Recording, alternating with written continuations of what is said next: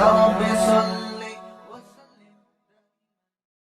بسم اللہ الرحمن الرحیم۔ آج ہم شروع کریں گے سورہ روم یعنی 21ویں پارے کا رکوع نمبر 4 اور سورہ روم کا پہلا رکوع۔ اس کا لفظی ترجمہ مختصر گرامر کے ساتھ ہو چکا ہے۔ آج میں انشاءاللہ اس کی تفسیر شروع کروں گا۔ بسم اللہ الرحمن الرحیم۔ الف لام میم غلبت الروم، رومی مغلوب ہو گئے۔ ہوا یہ تھا کہ یہ جو قسطنطینیہ کا علاقہ ہے ترکی اور پھر اس سے پہلے عرب کی طرف شام کا علاقہ، یہ پورا علاقہ عیسائیوں کے کنٹرول میں تھا، اور آج جسے شام کہا جاتا ہے وہ بھی، اور اس کے ارد گرد کے بھی علاقے بہت سارے وہ شام ہی کی سرزمین کہلاتے تھے، اور یہاں جو قوم بستی تھی ان کو رومی کہا جاتا تھا۔ یہ پھر کھسکتے کھسکتے پیچھے چلے گئے جہاں جس کو آج اٹلی میں روم کہا جاتا ہے، اٹلی کا ایک شہر ہے روم، تو یہ اسی روم سے نکلا ہے، لیکن یہ پہلے یہاں نہیں تھا بلکہ اس سے عرب کی طرف تھوڑا آگے تھا۔ یہاں عیسائیوں کی مضبوط حکومت تھی، اور ایک طرف یہ ایران جو ہے جس کو فارس کہا جاتا تھا، یہاں آگ کی پوجا کرنے والوں کی حکومت تھی، جو اہل کتاب نہیں تھے، پیغمبروں کو نہیں مانتے تھے، آگ کی پرستش کیا کرتے تھے اہل فارس۔ تو یہ جو شام کی سرزمین تھی یہ عربوں کے زیادہ قریب تھی، اور فارس کی جو سرزمین تھی یہ نسبتاً عرب سے دور تھی۔ اب اسلام جو دین برحق ہے وہ عیسائیت اس کے زیادہ قریب ہے، کیونکہ عیسائی تمام پیغمبروں پر ایمان رکھتے ہیں سوائے محمد صلی اللہ علیہ وسلم کے۔ تو ہوا یہ تھا کہ فارس کی لڑائی ہوئی ادرعات کے مقام پر۔ یہ ادرعات جو ہے یہ شام ہی کا ایک شہر ہے، تو چونکہ شام کے علاقے میں آتا تھا اور حکومت رومیوں کی تھی تو اس کو بھی روم کہا گیا، یعنی مجازاً آپ اس کو روم کہہ سکتے ہیں۔ تو یہاں پر لڑائی ہوئی اور اس میں رومیوں کو شکست ہو گئی، یعنی فارس اتنی دور سے چل کے آئے اور رومیوں کو تہس نہس کر دیا، انہوں نے شکست دے دی۔ مشرکین مکہ نے اس سے یہ پروپیگنڈا کرنا شروع کیا کہ دیکھو اللہ اگر اسلام کے ساتھ ہے، پیغمبروں کے ساتھ ہے، آسمانی کتابوں کے ساتھ ہے، تو اہل کتاب کو فتح ہونی چاہیے، اس لیے کہ ان کی گمراہی تو کم درجے کی ہے۔ تو یہ تو پتہ چل رہا ہے کہ جو اللہ ہے نا، جو آسمانوں پہ خدا ہے، وہ ساتھ ہے مشرکین کے، تو ہم بھی مشرک ہیں، ایک خدا کے علاوہ 20 خداؤں کو مانتے ہیں، اور جو فارس لوگ ہیں، اہل فارس ہیں، وہ بھی 20 خداؤں کو مانتے، آگ کی پوجا بھی کرتے ہیں اور پتہ نہیں کیا کیا کرتے ہیں۔ آپ کو پتہ ہے جو شرک کرتا ہے وہ ایک خدا کو تھوڑی مانتا ہے، یعنی اللہ کے علاوہ صرف ایک معبود تھوڑی ہوتا ہے، پھر اللہ کے علاوہ تو ہر چیز کو اس نے معبود بنایا ہوتا ہے۔ تو مشرکین مکہ نے بولا کہ بھائی اس سے صاف پتہ چلتا ہے کہ یہ جو محمد صلی اللہ علیہ وسلم کی دعوت ہے نا، جو ہمیں پیغمبروں کے واقعات سناتے ہیں، آسمانی کتابوں کا تذکرہ کرتے ہیں، یؤمنون بالغیب وما انزل الیک وما انزل من قبلک، ہم پچھلی تمام آسمانی کتابوں پر ایمان لاتے ہیں، تو یہ سارا سلسلہ ہی آسمانی کتابوں کا غلط ہے، یہ ہے ہی نہیں۔ یہ بالکل ایسے ہی جیسے آج کل کے لبرل لوگ، ملحد لوگ جب اسلام پہ رد کرتے ہیں تو ساتھ ساتھ عیسائیت پہ بھی رد کرتے ہیں۔ جب اسلام کا مذاق اڑاتے ہیں تو عیسائیت اور یہودیت کا بھی مذاق اڑاتے ہیں، کیونکہ ان کی نظر میں تو وہ کہتے ہیں یہ سب ایک ہی کچے چھٹے ہیں اور یہ سب ایک جیسے ہی ہیں۔ جب علماء کو برا بھلا کہنا ہوتا ہے تو وہ عیسائی پادریوں کی مثالیں دے رہے ہوتے ہیں، پادری یہ کرتے تھے تو مولوی بھی یہ کرتے ہیں، علماء بھی یہ کرتے ہیں، اس طرح کی باتیں۔ تو مشرکین نے بغلے بجانا شروع کر دی، مسلمانوں کو اس سے غم ہوا۔ عرب میں فال لینے کا بڑا دستور تھا۔ فال کا مطلب ایک کام ہوا ہے نا، اس سے یہ فال لینا، شگون لینا جسے کہتے ہیں، جسے ہم کہتے ہیں نا بدشگونی، بھئی یہ ہوا ہے تو اس کا مطلب اب یہ بھی ہوگا۔ تو بدشگونی مسلمانوں کے خلاف عربوں نے لینا شروع کر دی، مشرکین مکہ نے، کہ اہل کتاب اگر مغلوب ہو گئے ہیں، حالانکہ وہ نسبتاً اسلام کے زیادہ قریب ہیں، تو اٹ مینز کہ اسلام بھی مغلوب ہوگا۔ تو یہ بدر سے پہلے کا واقعہ ہے، غزوہ بدر سے۔ تو اس پہ مسلمان غم زدہ ہوئے، تو اللہ تعالیٰ نے مسلمانوں کو، اہل اسلام کو تسلی دی کہ عنقریب اللہ رومیوں کو اہل فارس پہ غالب کر دے گا۔ تو یہ جو مشرکین ایک اپنے حق میں ایک نیک فال لے رہے ہیں اور مسلمانوں کے حق میں بدشگونی لے رہے ہیں، یہ ان کا زعم ٹوٹ جائے گا، اور اللہ اہل کتاب کو مشرکین پر، جو فارس کے مشرکین ہیں ان پر اللہ غلبہ عطا فرمائے گا۔ تو اب اس مفہوم کو سامنے رکھ کے آیت سمجھیے۔ غلبت الروم، رومی مغلوب ہو گئے یعنی شکست کھا گئے، فی ادنی الارض، زمین کے قریبی حصے میں۔ ارض سے مراد ہے عربوں کی زمین، ادنا دنا یدنو دنون، یہ میں تفسیر وہ گرامر بتا چکا ہوں. ادن الارض قریب کی زمین میں، قریب کا مطلب فارس کی نسبت جو قریب کی زمین تھی نا، شام کی سرزمین، وہاں پر رومی جو ہے وہ شکست کھا گئے.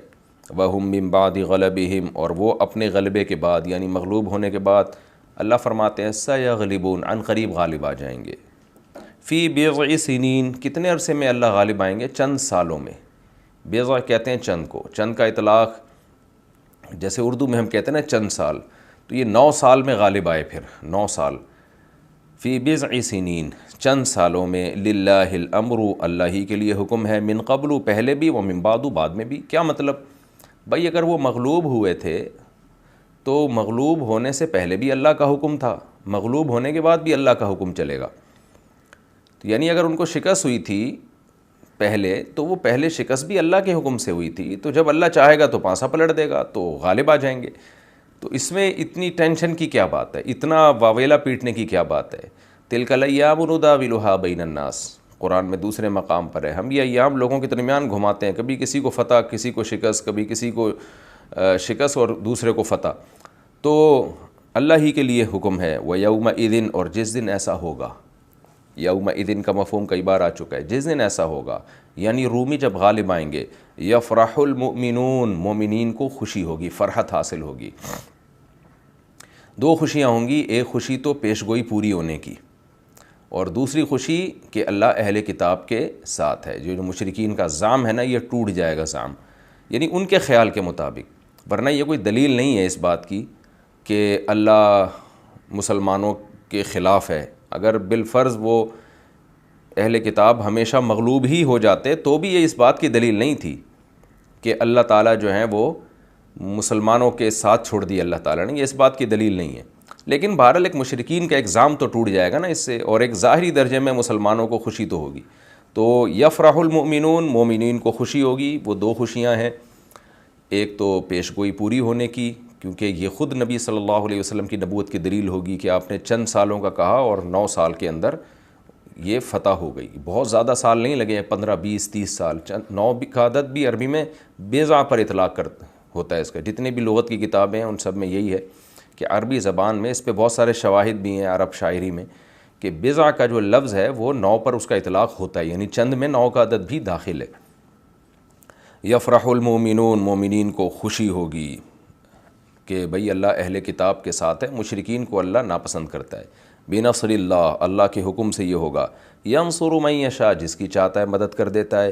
وہو العزیز، وہ زبردست غالب ہے. الرحیم، اور رحمت والا ہے. غالب ہے جب چاہتا ہے، جس کو غلبہ عطا کرتا ہے، اور رحمت والا بھی ہے. ظاہر ہے کس کے لیے رحمت والا؟ جو اس کی مان کے چلتے ہیں. تو اہل کتاب جو عیسائی لوگ ہیں، جو کرسچینٹی ہے، وہ مشرکین کی نسبت تو بہرحال دین کے زیادہ قریب ہے، یعنی دین برحق کے. تو اس سے ہمیں دیکھیں ایک بات یہ بھی پتہ چلتی ہے کہ گمراہی اگر ختم نہیں ہو سکتی نا، تو کم ہونے پہ بھی خوش ہونا چاہیے. اب مثال کے طور پر اہل فارس غالب آ جاتے، وہ تو پکے کافر تھے، پکے مشرک تھے، وہ تو آگ کی پوجا کرتے تھے. ان کو سیدھے راستے پہ لانا زیادہ مشکل تھا. تو اس لیے جب اہل کتاب کی اور آگ کی پوجا کرنے والوں کی لڑائی ہوگی، تو پھر ہمارا جو میلان ہوگا وہ عیسائیوں کی طرف زیادہ ہوگا، کیونکہ ان کی گمراہی ان کی نسبت کم ہے.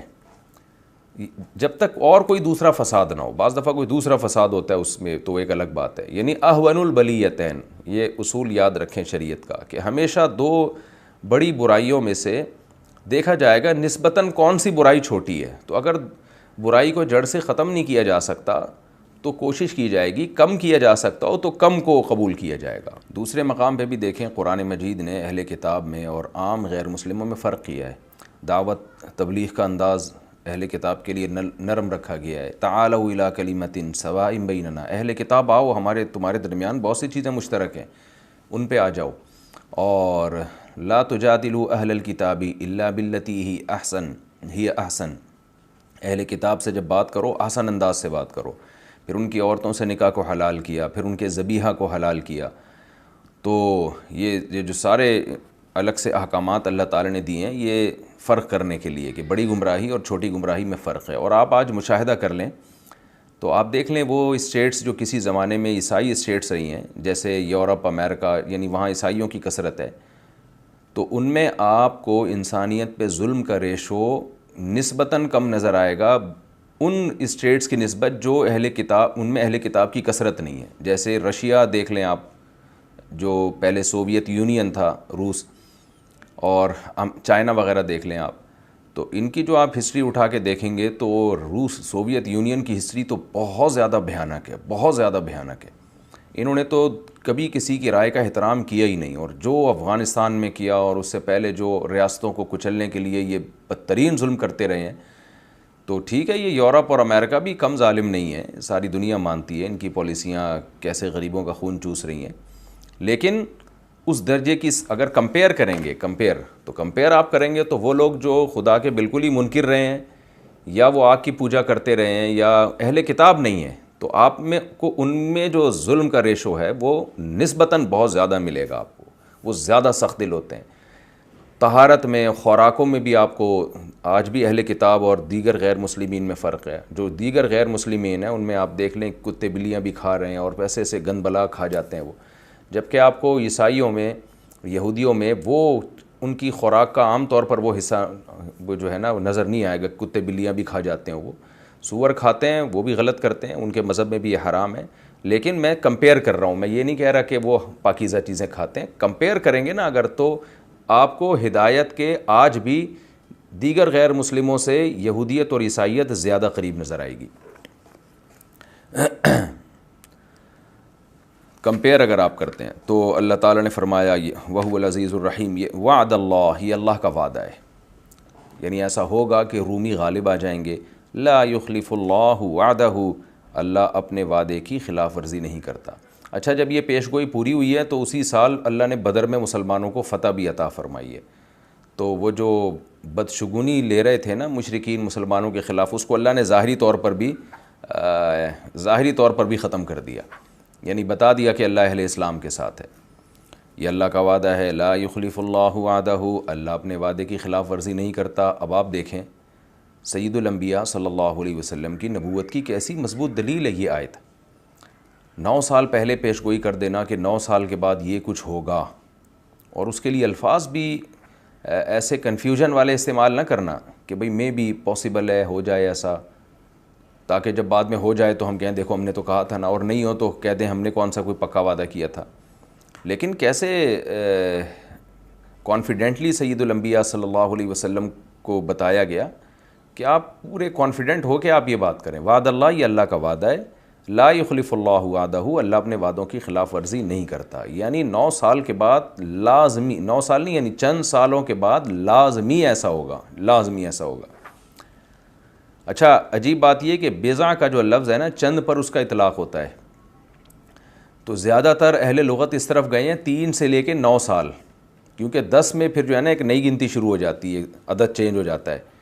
تو زیادہ تر لوگ اسی طرف گئے ہیں کہ یہ 3 سے کم تو عربی میں جمع ہوتی نہیں ہے، وہ تو 2 کا پر اطلاق ہوتا ہے، اور 9 سے اوپر جو ہے 9 کا عدد کے بعد عدد چینج ہو جاتا ہے. تو یہ کثرت کی علامت ہے کہ بھئی اب یہ ایک گنتی ایک نئے سرے سے شروع ہو رہی ہے. پہلے یعنی 9، پھر 1 0، پھر 1 1، پھر 1 2، اس طرح سے شروع ہو جاتی ہے. تو زیادہ تر جو لوگ گئے ہیں نا اہل لغت، وہ کہتے ہیں کہ 9 کا عدد جو ہے چند کے لفظ کی انتہا ہے. تو اب آپ دیکھیں اللہ تعالیٰ نے 9 سال کے بعد فتح عطا فرمائی تاکہ مشرکین کو خوب موقع مل جائے، اور وہ 7-8 سال کے بعد چیخیں کہ بھئی دیکھو پیش گوئی پوری نہیں ہو رہی، اور اللہ بالکل اینڈ میں جا کے پوری کرے. تو یہ بھی اللہ تعالیٰ کی عادت رہی ہے کہ وہ نیک لوگوں کو بھی آزماتا ہے اور بروں کو بھی موقع دیتا ہے، کہ تاکہ پھر بعد میں ان کو پر حجت تمام ہو جائے. لا یخلف اللہ وعدہ، اللہ اپنے وعدوں کی خلاف ورزی نہیں کرتا. ولکن اکثر الناس لا یعلمون، لیکن اکثر لوگ یہ بات نہیں جانتے ہیں. وہ سمجھتے ہیں اللہ کے وعدے معاذ اللہ سیاسی ہوتے ہیں. کیوں لوگ یہ بات نہیں جانتے؟ یعلمون ظاہرا من الحیات الدنیا، یہ لوگ دنیا کے صرف ظاہر کو جانتے ہیں. ظاہر کا مطلب ظاہری اسباب، جو اوپر نظر آ رہا ہے نا اس کو دیکھ کے فیوچر کے فیصلے کر لیتے ہیں. کرنے بھی چاہیے، لیکن جب اللہ کے خلاف جا رہے ہوں پھر نہیں کرنے چاہیے. تو یہاں بھی انہوں نے ایک ظاہری طور پر دیکھا کہ رومیوں کو شکست ہو گئی تو فوراً فیصلہ کر لیا. بھائی بہت ساری چیزوں میں بہت ساری حکمتیں ہوتی ہیں. تو اہل ایمان کبھی بھی ظاہر کو نہیں دیکھتے، ظاہر کے ساتھ پہلے اللہ کے حکم کو دیکھتے ہیں، پھر ظاہر کو دیکھتے ہیں۔ وَهُمْ عَنِ الْآخِرَةِ هُمْ غَافِلُونَ، فرمایا یہ لوگ آخرت سے غافل ہیں، کیونکہ ظاہر کو دیکھ رہے ہیں نا، ظاہر میں تو آپ مر کے مٹی ہو کے ختم ہو رہے ہیں، تو آخرت میں تو ایمان لانے کے لیے بہت ڈیپتھ میں جانا پڑتا ہے، یہ سوچنا پڑتا ہے اللہ نے اس کائنات کو کیوں بنایا، اس کے پیچھے مقصد کیا ہے، ویسے ہی بنا کے ختم کر دے گا، تو یہ سب چیزیں سوچنی پڑتی ہیں، تو یہ سب چیزیں نہیں سوچتے، بس ظاہر کو دیکھتے ہیں اور چل پڑتے ہیں۔ آگے اللہ فرماتے ہیں ظاہر کو مت دیکھو، غور کرو، ڈیپتھ میں جاؤ اس کائنات کی، اپنی ذات کے اندر بھی غور کرو، تو تمہیں پتہ چل جائے گا کہ تم ویسے ہی دنیا میں نہیں آئے ہو، بلکہ اس کے بعد ایک آخرت بھی ہے جس میں تمہارا حساب و کتاب ہے۔ اس لیے اللہ فرماتے ہیں اولم یتفکروا فی انفسہم، یا کیا یہ لوگ اپنے دلوں میں تفکر نہیں کرتے؟ خوب تفکر، میں نے بار بار بتایا نا، باب تفاعل، تو خوب تکلف کے ساتھ غور کرنا۔ کیا یہ دیکھتے نہیں ہیں ما خلق اللہ السماوات والارض وما بینہما الا بالحق، کہ نہیں بنایا اللہ نے آسمانوں اور زمینوں کو اور اس کے درمیان جو کچھ ہے مگر حق کے ساتھ۔ حق کے ساتھ کا مطلب کسی حکمت کے ساتھ، یہ اس کا مطلب کئی دفعہ بتا چکا ہوں، حق کا مطلب کیا ہوتا ہے، حکمت کی وجہ سے بنایا، ایسی باطل تھوڑی بنایا ہے۔ کیا مطلب؟ تم غور و فکر کرو، خوب گہرائی میں جا کے دیکھو، یہ کائنات ایسے ہی بن گئی کہ تم لائف میں انجوائے کرو اور بس ترقی کرو اور اس کے بعد مر کے ختم ہو جاؤ؟ تو یہ پورا نظام سجانے کی اللہ کو کیا ضرورت تھی کہ صرف مار کے ختم کر دینا تھا؟ اس پوری کائنات کا مقصود انسان ہے، اور وہ 50-60 سال لے کے آتا ہے اور 60 سال کے بعد مر جاتا ہے اور کیڑے کھا کے ختم کر دیتے ہیں، تو یہ اس لیے بنایا ہے؟ یہ پھر حق کے ساتھ نہیں، تو باطل بنایا ہے۔ میں ایک بہت محنت کے ساتھ کوئی عمارت تعمیر کرتا ہوں، لوگ پوچھیں کیوں بنائی؟ بس توڑنے کے لیے بنائی ہے، تو لوگ کہیں گے یہ باطل کام کیا آپ نے، کوئی اچھا کام نہیں کیا آپ نے، کوئی حکمت ہونی چاہیے۔ تو اللہ بتاتے ہیں کہ ایسے ہی بنا دی، بس کوئی حکمت نہیں ہے۔ تو اگر وہ حکمت یہ نہیں ہے کہ حساب و کتاب ہوگا اور لوگوں کی آزمائش ہے، تو تم بتاؤ پھر کیا حکمت ہے؟ تمہارے پاس اگر کوئی حکمت نہیں ہے، تمہارے پاس اس کا کوئی جواب نہیں ہے، تو پھر اللہ جو جواب دے رہا ہے اس کو مان لو، وہ یہی حکمت ہے کہ تمہیں آزمائش کے لیے بنایا اور مر کے ختم نہیں ہو جاؤ گے۔ فرمایا کہ یہ لوگ غور نہیں کرتے، یہ مطلب ہے کہ دنیا کے ظاہر کو دیکھتے ہیں، گہرائی میں نہیں جاتے۔ فرمایا کہ وما بینہما الا بالحق واجل مسمى، اور ایک متعین مدت تک کے لیے بنایا ہے۔ جب یہ کائنات میں غور کریں گے تو ان کو پتہ چل جائے گا یہ کائنات ختم ہونے والی ہے، یہ ہمیشہ کے لیے نہیں ہے، تو تم بھی فنا ہونے والے ہو۔ ایک اجل مسمى ہے، یعنی ایک متعین ٹائم ہے جس پہ یہ ختم ہو جائے گا سب کچھ۔ وَإِنَّ كَثِيرًا مِّنَ النَّاسِ، پھر اللہ شکایت کر رہے ہیں انسانوں سے، اور بہت سے لوگ بِلِقَاءِ رَبِّهِمْ لَكَافِرُونَ، اپنے رب کی ملاقات کا انکار کرتے ہیں۔ وہ کہتے ہیں بس یہ ایسے ہی رہے گی اور کوئی اللہ سے ملاقات نہیں ہوگی، سب ختم ہو جائے گا۔ اولم یسیروا فی الارض، کیا یہ لوگ ختم ہونے کا، بہت سے لوگ تو یہی نہیں مانتے کہ ختم ہو جائے گا، جو مانتے ہیں ختم ہو جائے گا تو وہ اللہ سے ملاقات نہیں مانتے، کہتے ہیں بس اللہ نے بنایا یا خود بخود بنی، بس ایسے ہی ہے۔ اولم یسیروا فی الارض، یہ دلیل تھی عقلی کہ خود کائنات میں ہی غور کرو گے تو تمہیں سمجھ میں آ جائے گا اس کا کوئی مقصد ہے۔ اب نقل کو پیش کیا جا رہا ہے، روایات کو پیش کیا جا رہا ہے۔ روایات سے مراد جو ہمارے پاس پچھلی امتوں کے واقعات ہیں اور جن کے کھنڈرات موجود ہیں، تو اس لیے اللہ فرماتے ہیں اولم یسیروا فی الارض، کیا یہ لوگ زمین میں چلے پھرے نہیں ہیں؟ فینظروا، کہ پھر دیکھ لیتے، کیف کان عاقبۃ الذین من قبلہم، کیسا انجام ان لوگوں کا ہوا جو ان سے پہلے گزرے تھے۔ کانوا اشد منہم قوۃ، یہ لوگ زیادہ سخت تھے ان سے قوت کے اعتبار سے، یعنی زیادہ طاقتور تھے۔ وَأَثَارُوا الْأَرْضَ، اور انہوں نے زمین کو بویا تھا، خوب لہلہاتی کھیتیاں پیدا کی تھیں۔ وَعَمَرُوهَا، اور تعمیرات بھی کی تھیں، بڑے بڑے محلات بنا لیے تھے۔ أَكْثَرَ مِمَّا عَمَرُوهَا، جتنا ان عربوں نے آباد کیا ہے اس سے زیادہ آباد کر چکے تھے یہ لوگ زمینوں کو۔ وَجَاءَتْهُمْ رُسُلُهُمْ بِالْبَيِّنَاتِ، ان کے پیغمبر ان کے پاس واضح دلائل لے کر آئے۔ فَمَا كَانَ اللَّهُ لِيَظْلِمَهُمْ، پس اللہ ایسا نہیں ہے کہ ان پہ ظلم کرتا۔ وَلَٰكِنْ كَانُوا أَنفُسَهُمْ يَظْلِمُونَ، یہ خود ایسے تھے جو اپنی جانوں پہ ظلم کر بیٹھے، ظلم کرتے تھے یہ۔ ثُمَّ كَانَ عَاقِبَةَ الَّذِينَ أَسَاءُوا، پھر ہوا ان لوگوں کا انجام جنہوں نے اساءوا، برا کیا۔ کیا انجام ہوا؟ السوء، برا۔ سوء ضربہ کی طرح ہے، ضربہ، اضربوا اس میں تفضیل ہے نا، تو ضربہ اس کی مؤنث، تو اسوأ زیادہ برا، سوء یہ بھی زیادہ برا، لیکن سوء مؤنث کے لیے، تو یہ چونکہ العاقبہ مؤنث لفظ ہے نا، تو اس لیے اس کے لیے سوء کا لفظ لایا کہ انجام ہوا السوء، برا انجام۔ عاقبہ مؤنث ہے نا، آخر میں تا آ رہی ہے، تو اسوأ کے بجائے سوء کا لفظ لایا گیا، اضربوا کے بجائے ضربہ کا صیغہ لایا گیا۔ وہ لوگ جنہوں نے برا کیا ان کا انجام ہوا سوء، بہت برا انجام ہوا ان کا۔ کیوں؟ ان کذبوا بآیات اللہ، اس لیے کہ انہوں نے اللہ کی آیات کا انکار کیا تھا، وکانوا بہا یستہزئون، اور وہ اللہ کی آیات کا مذاق اڑایا کرتے تھے۔ آج بھی یہی ہے کہ آپ دیکھ لیں یوٹیوب پہ جو ایتھیس اور لبرل ٹائپ کے لوگ ہیں، وہ باقاعدہ مذاق اڑاتے ہیں اسلام کا، اسلامی آیات کا، کلچر یعنی اسلامی کلچر کا، ایک ایک چیز کا مذاق اڑاتے ہیں، تو ان کو نہیں پتہ کہ اصل میں وہ اللہ کی آیات کا مذاق اڑا رہے ہیں۔ یہ ہمارا رکوع الحمدللہ کمپلیٹ ہو گیا۔ اب ہم سورہ روم کا رکوع نمبر 2 اور 21ویں پارے کا رکوع نمبر 5 اس کی طرف چلتے ہیں، حسب معمول مختصر لفظی ترجمہ، مختصر گرامر کے ساتھ، پھر انشاءاللہ اس کی تفسیری بہت آسان رکوع ہے۔ اللہ یبدأ الخلق، اللہ وہ ذات ہے جو تخلیق کی ابتدا کرتا ہے۔ خلق بمعنی مخلوق، مخلوق کو ابتداءً پیدا کرتا ہے، یعنی عدم سے وجود میں لاتا ہے۔ بدأ یبدأ، شروع کرنا، اسٹارٹ کرنا۔ ثم الیہ ترجعون، پھر تم اسی کی طرف لوٹائے جاؤ گے۔ ویوم تقوم الساعہ، اور جس دن قیامت قائم ہوگی، یبلس المجرمون، مجرم لوگ مایوس ہو جائیں گے۔ ابلسا یبلس، ابلاسن پہلے گزر چکا ہے۔ ابلیس کو بھی ابلیس کیوں کہتے ہیں؟ اللہ کی رحمت سے مایوس، ایک قول ہے یہ کہ اس لیے کہا جاتا ہے۔ وَلَمْ يَكُنْ لَهُم مِّن شُرَكَائِهِمْ شُفَعَاء، اور نہیں ہوں گے ان کے لیے ان کے شرکاء میں سے شفعاء، سفارش کرنے والے، جن کو یہ اللہ کے ساتھ شریک کرتے ہیں نا، کوئی سفارش نہیں کرے گا۔ وَكَانُوا بِشُرَكَائِهِمْ كَافِرِينَ، اور یہ ہو جائیں گے اپنے شرکاء کا انکار کرنے والے، یعنی خود کہہ دیں گے اللہ ہم نے ان کی عبادت نہیں کی، جیسے کہ دوسرے مقام پہ وَيَوْمَ تَقُومُ السَّاعَةُ، اور جس دن قیامت قائم ہوگی، يَوْمَئِذٍ يَتَفَرَّقُونَ، يَتَفَرَّقُونَ، یہ لوگ ٹکڑوں میں تقسیم ہو جائیں گے۔ ابھی تو دنیا میں سب ایک ساتھ رہتے ہیں، وہاں ٹکڑوں میں تقسیم ہو جائیں گے۔ فَأَمَّا الَّذِينَ آمَنُوا، ان ٹکڑوں میں کیا ہوگا؟ پس وہ لوگ جو ایمان لائے، وَعَمِلُوا الصَّالِحَاتِ، اور نیک اعمال کیے، فَهُمْ فِي رَوْضَةٍ يُحْبَرُونَ، پس وہ باغ میں ہوں گے۔ یحبرون، حبر کہتے ہیں سرور اور خوشی کو، یحبرون، سرور اور خوشی دی جائے گی ان کو۔ جو پیچھے جو لفظ گزرا ہے کہ یہ جو لفظ گزرا ہے نا، یوم تقوم الساعۃ یبلس المجرمون، تو یبلسو کا معنی مایوس ہونا بھی ہوتا ہے، اور حیران، سرگردان، پریشان، کہ جب جواب نہ بن پڑے انسان کو، جیسے پھنس جاتا ہے نا مصیبت میں تو کوئی جواب ہی نہیں بن پڑتا اس سے، تو یہ بھی ابلاس کا معنی ہے۔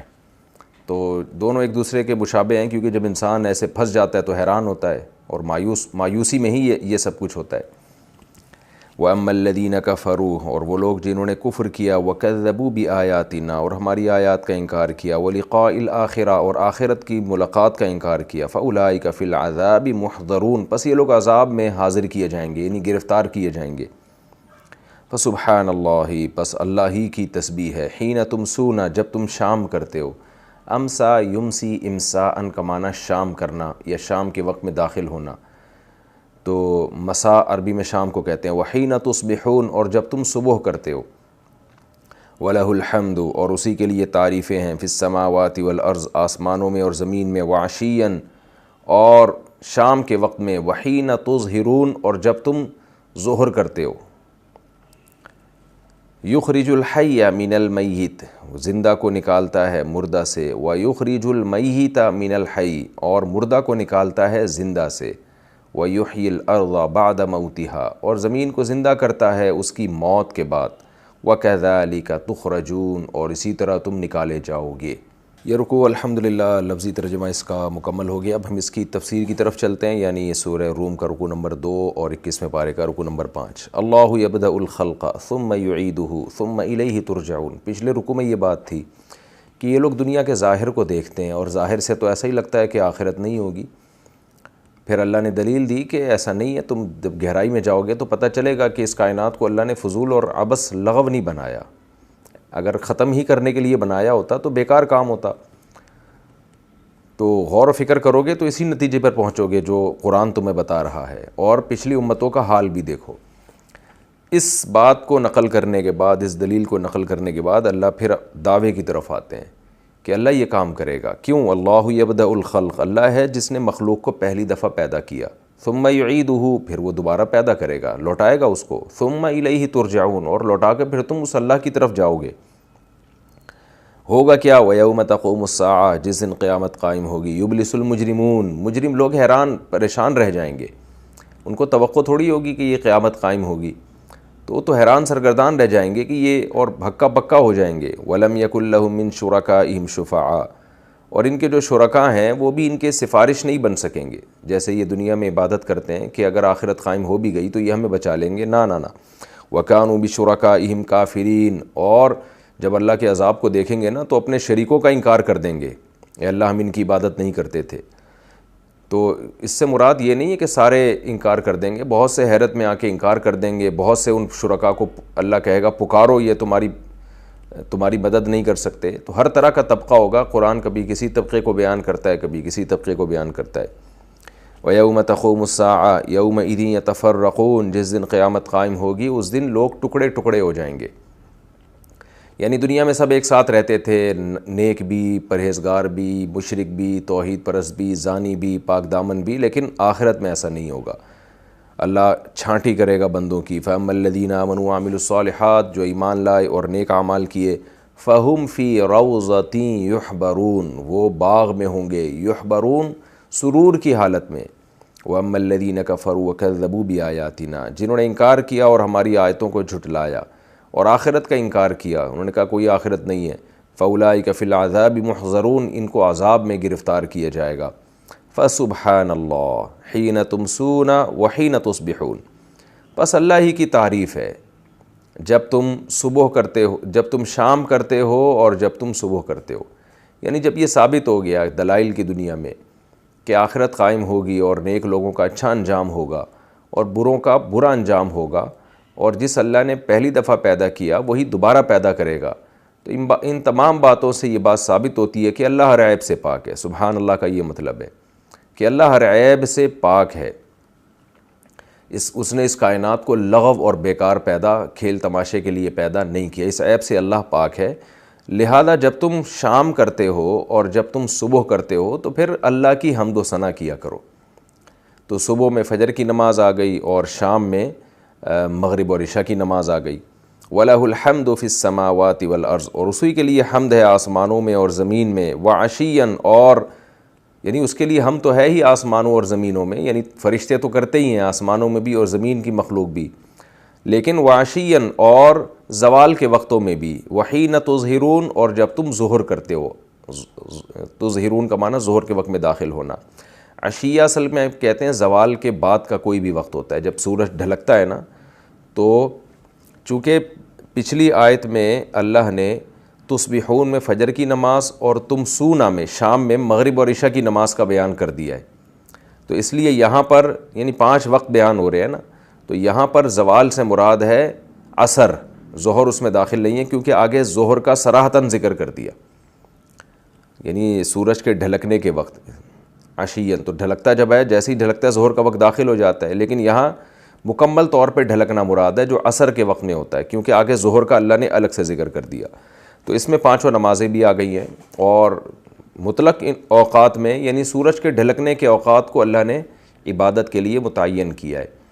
تو خاص کیونکہ پوری کائنات میں ایک تغیر آ رہا ہوتا ہے، تو مراد اس سے یہ ہے کہ اللہ کی حمد و ثنا آسمانوں و زمینوں میں بھی ہر وقت ہوتی ہے، تم بھی ہر وقت کیا کرو، خصوصاً ان اوقات میں. یخرج الحی من المیت، وہ زندہ کو نکالتا ہے مردہ سے. صبح شام ہم دیکھتے ہیں. اور میت کو نکالتا ہے زندہ سے، اور زمین کو اس کی موت کے بعد زندگی دے دیتا ہے، یعنی بالکل ہی مردہ سے زندگی ایک پیدا کر دیتا ہے وہ. وَكَذَلِكَ تُخْرَجُونَ، تو جو یہ سارے تصرفات کرتا ہے اسی طرح تم بھی نکال دیے جاؤ گے. تم مر جاؤ گے نا، تم مردہ سے تمہیں زندہ کر دے گا، اس میں کیا مشکل ہے اس کے لیے؟ صبح شام دیکھتے نہیں ہو تم اس کے تصرفات.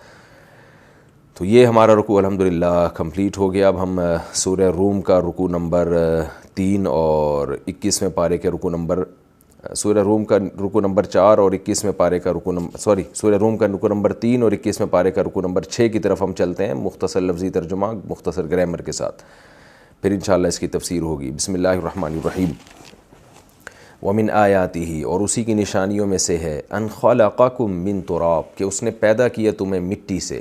ثُمَّ، پھر اس کے بعد کیا ہوتا ہے، اِذَا أَنْتُمْ، اچانک تم، بشر ہو جاتے ہو، تنتشرون، اور زمین میں پھیل جاتے ہو، چلتے پھرتے ہو. یعنی اس نے تمہیں مٹی سے بنایا، پھر اس کے اچانک کیا ہو جاتا ہے، ایک دم مٹی جو ہے انسان بن کے دوڑنا شروع کر دیتی ہے. وَمِنْ آیَاتِهِ، اسی کی نشانیوں میں سے ہے، أَنْ خَلَقَ لَكُمْ، کہ بنایا اس نے تمہارے لیے، مِنْ أَنفُسِكُمْ، تمہاری ہی جانوں سے، یعنی تمہاری ہی جسموں سے بنایا اس نے، أَزْوَاجًا، جوڑوں کو. زوج کا لفظ شوہر پہ بھی اس کا اطلاق ہوتا ہے اور زوج بیوی کو بھی کہتے ہیں، ازواج اس کی جمع، یعنی تمہارے ہی جنس سے، من انفسکم مطلب انسانوں ہی میں سے اس نے بنایا، ازواجن بیویوں کو، لتسکنوا الیہا تاکہ تم سکون حاصل کرو اس جوڑے کی طرف، وجعل بینکم اور بنا دیا اس نے تمہارے درمیان یعنی میاں بیوی کے درمیان، مودتاً بے پناہ محبت، ود عربی میں بہت زیادہ محبت کو کہتے ہیں، ایک تو لفظ محبت ہے، مودہ اس سے اوپر کی چیز ہے، ورحمتاً اور رحمت، رحمت یعنی ایک دوسرے پہ رحم کا جذبہ، کسی کو مصیبت میں دیکھ کے اس کا خیال کرنے کا جذبہ، اس کو رحم کہتے ہیں۔ ان فی ذالک بے شک اس میں لآیات نشانیاں ہیں، لقومین ان لوگوں کے لیے، یتفکرون جو خوب غور و فکر کرتے ہیں، ومن آیاتہ اور اسی کی نشانیوں میں سے ہے خلق السماوات والارض آسمانوں اور زمین کا پیدا کرنا، واختلاف السنتکم لسان کی جمع السن اور تمہاری زبانوں کا اختلاف، والوانکم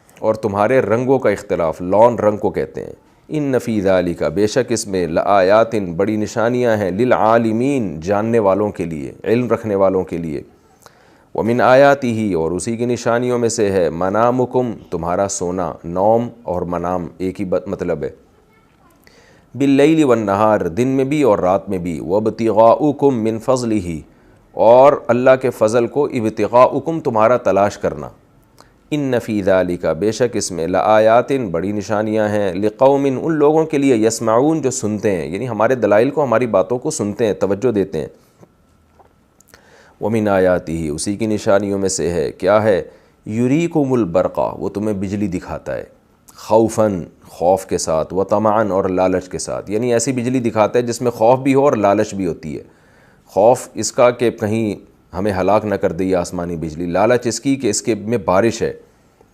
وَيُنَزِّلُ مِنَ السَّمَاءِ مَاءً اور برساتا ہے آسمان سے پانی، فَيُحْيِي بِهِ الْأَرْض پھر اس پانی کے ذریعے زندہ کرتا ہے زمین کو، بعد موتها اس زمین کے مردہ ہونے کے بعد، ان فی ذالک بے شک اس میں لآیات لقوم یعقلون نشانیاں ہیں ان لوگوں کے لیے جو عقل سے کام لیتے ہیں، ومن آیاتہ اور اسی کی نشانیوں میں سے ہے ان تقوم السماء والارض بامرہ کہ آسمان اور زمین قائم ہیں اس کے حکم سے، ثم اذا پھر جب دعاکم وہ تمہیں پکارے گا، دعوتاً ایک دفعہ پکارنا، من الارض زمین سے، اذا انتم تخرجون اچانک تم تخرجون نکل جاؤ گے، اذا کے بعد جملہ اسمیہ آتا ہے نا، یعنی شروع میں اسم آ رہا ہو تو یہ اس کی علامت ہے کہ یہ اذا مفاجاتی ہے، یعنی اس کا مطلب ہوتا ہے اچانک۔ اب اذا کے بعد آ رہا ہے نا، دیکھیں پہلے والا جو اذا ہے، اذا دعاکم، تو اذا کے بعد دعا آ رہا ہے، ضربہ کی طرح، دعوا یہ فعل ہے، تو یہ اذا مفاجاتیہ نہیں ہوگا بلکہ اذا شرط کے معنی میں ہوگا، جب کے معنی میں ہوگا، اور اذا کے بعد انتم آ رہا ہے تو یہ فعل نہیں ہے بلکہ اسم ہے، کیونکہ پروناؤن ہے نا، ضمیر ہے، تو یہ اس کی علامت ہوتی ہے، یہ اذا جو ہے اچانک کے معنی میں ہے۔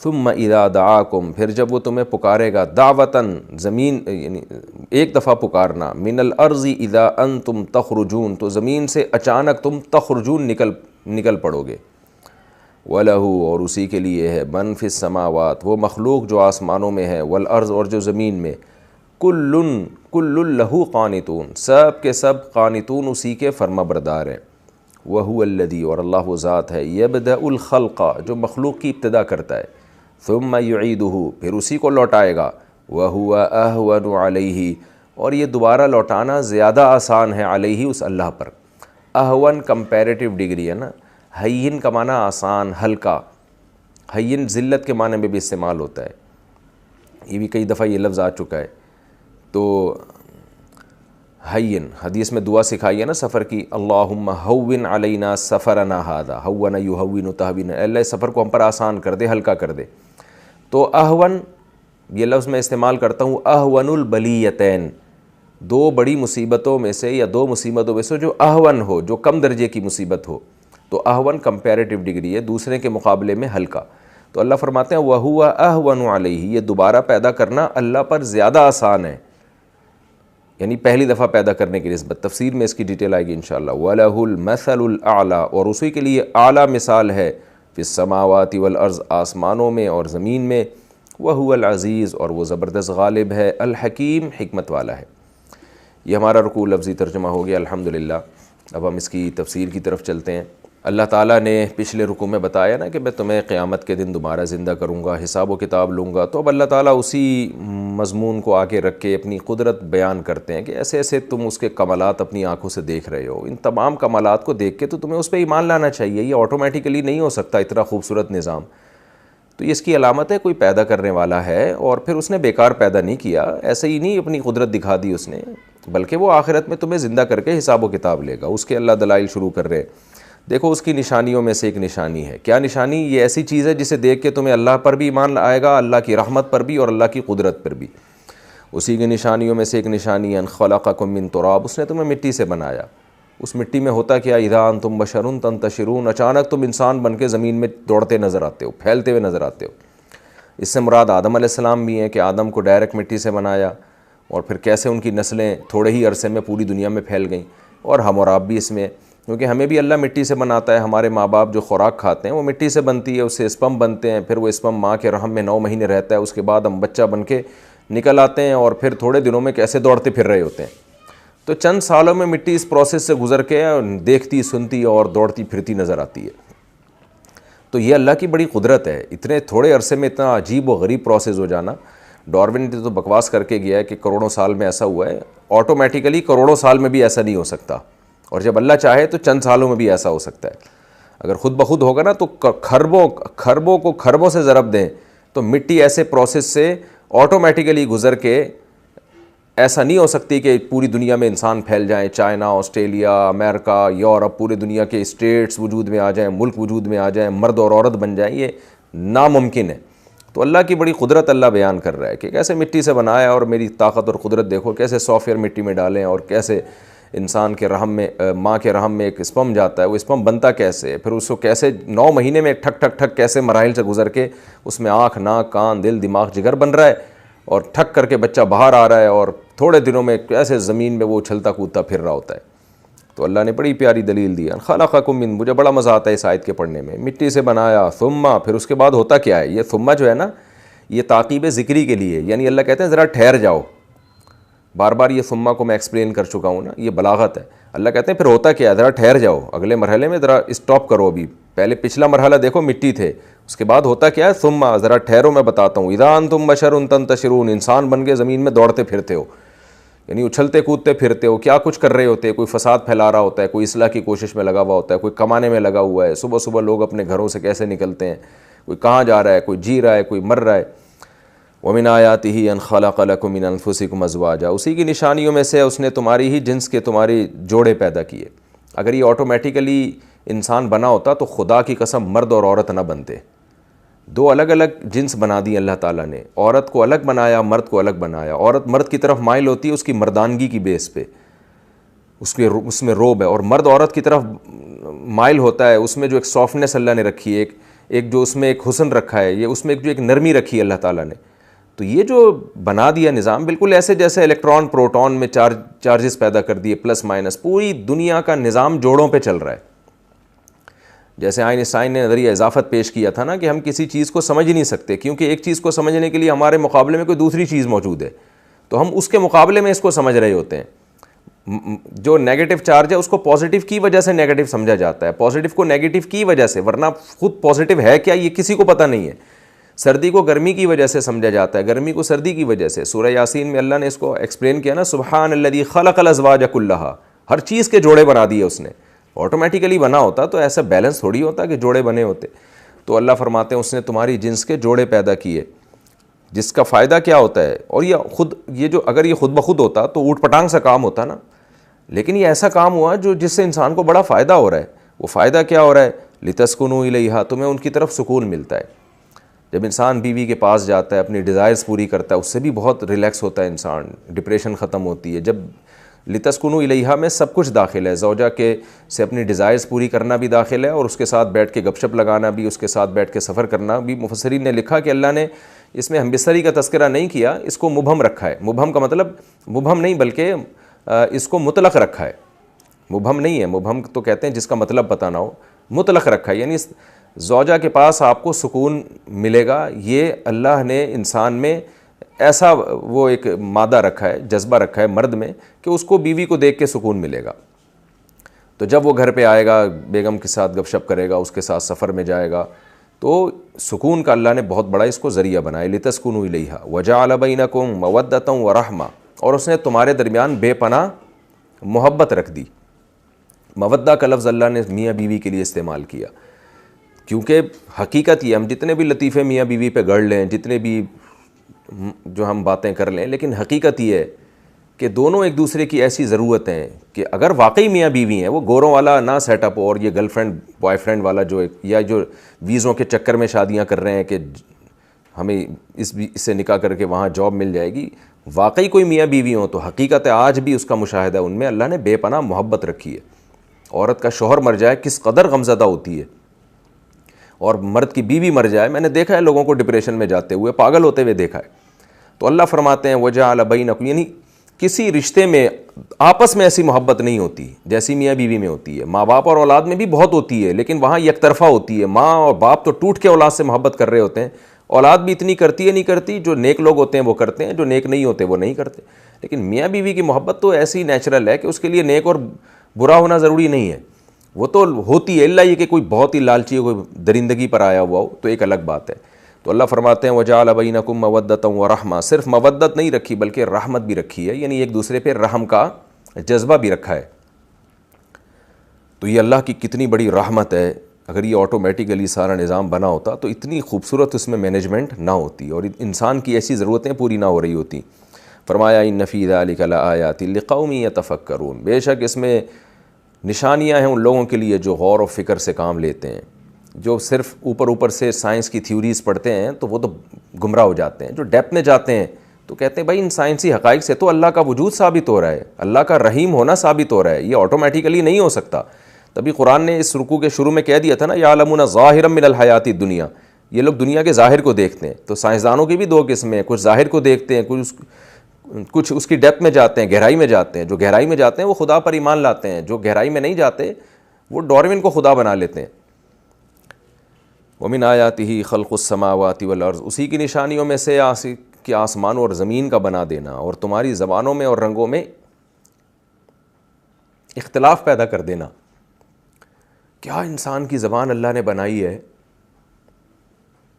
وہی انسان جو آدم کی اولاد ہے. چائنا میں کس طرح کی زبان بول رہا ہے, جاپنیز کیا بول رہے ہیں, انگلش میں کیا, فرانسیسی کیا بول رہے ہیں, ایسے لہجوں میں, اور اللہ نے ان کو زبانوں میں ڈیوائڈ کر دیا ہے کہ انسان حیران ہوتا ہے کہ یہ الفاظ اس نے کیسے وضع کیے ہوں گے اور یہ الفاظ اس نے کیسے وضع کیے. لیکن انسان کے دماغ میں ایسے سافٹ ویئر ڈال دیے کہ وہ جہاں جائے گا وہ اپنی بات کو زبان کے ذریعے اپنا پیغام پہنچا سکتا ہے. وہ تو یہ پیغام پہنچانے کی صلاحیت صرف ایک زبان نہیں, ایک زبان ہوتی تو ہم کہتے ہیں اللہ نے یہ زبان دے کے بھیجا ہے. اللہ نے لوگوں کو تقسیم کر دیا مختلف علاقوں میں. ہر شخص جو ہے وہ, یعنی کہا جاتا ہے کہ ہر 3 سے 4 کلومیٹر کے بعد زبان کا, اب تو دنیا گلوبل ولیج کی طرح اکٹھی ہوتی جا رہی ہے, پہلے جب فاصلے تھے تو کہا جاتا ہے کہ ہر 4 سے 5 کلومیٹر کے بعد جو ہے نا زبان اور لب و لہجہ چینج ہوتا ہے. آپ کراچی سے سفر کریں نا حیدرآباد اور آگے جائیں تو ہر تھوڑی دیر کے بعد آپ کو زبان چینج ہوتی ہوئی نظر آ رہی ہوگی. پوری دنیا میں ایسا ہی ہے. تو لیکن پوری زبانیں ہیں, وہ پوری ان کے جو ہے نا وہ اپنی بات کو پہنچا دیتے ہیں سامنے والے تک, اس میں تقریریں کر لیتے ہیں, اس میں کتابیں لکھ لیتے ہیں. تو اللہ فرماتے ہیں ہماری قدرت ہے کہ ہم نے انسانوں کی زبانوں میں اختلاف ڈال دیا, اور رنگوں میں کوئی بالکل سفید ہوتے ہیں, کوئی بالکل کالے سیاہ ہوتے ہیں, خوراکیں سب تقریباً ایک جیسی کھا رہے ہیں. یہ اختلاف ڈال دیا, اس میں بڑی حکمتیں ہیں. کیوں؟ وجہ اس کی یہی نظریہ اضافت. کالا رنگ نہ ہوتا تو سفید کا احساس نہ ہوتا, سفید نہ ہوتا تو کالے رنگ کا احساس نہ ہوتا, زبانوں میں اختلاف نہ ہوتا تو کیا پتہ چلتا کون سی زبان بلاغت والی ہے, کون سی میں کم بلاغت ہے, کس کا لب و لہجہ اچھا ہے, کس کا لب و لہجہ برا ہے. تو بہت ساری حکمتیں اس کے اندر. فرمایا کہ ان فی ذلک لآیات للعالمین, بے شک اس میں نشانیاں ہیں ان لوگوں کے لیے جو جاننے والے لوگ ہیں, جو علم رکھتے ہیں, حقیقی علم رکھتے ہیں, وہ ان چیزوں سے استدلال کرتے ہیں. وقت ہمارا کمپلیٹ ہو چکا ہے, تو یہ رکوع ابھی ہمارا باقی ہے. انشاءاللہ اگلے ایپیسوڈ میں سورہ روم کا رکوع نمبر 3 اور 21ویں پارے کا رکوع نمبر 6 اس آیت سے انشاءاللہ میں تفسیر سے شروع کروں گا. وَمِنْ آیَاتِهِ مَنَامُكُمْ بِاللَّيْلِ وَالنَّهَارِ وَابْتِغَاؤُكُمْ مِنْ فَضْلِهِ. اس آیت سے انشاءاللہ میں تفسیر شروع کروں گا. اللہ تعالی ہمیں سمجھنے کی, عمل کی توفیق عطا فرمائے. وَمَا عَلَيْنَا إِلَّا الْبَلَاغُ.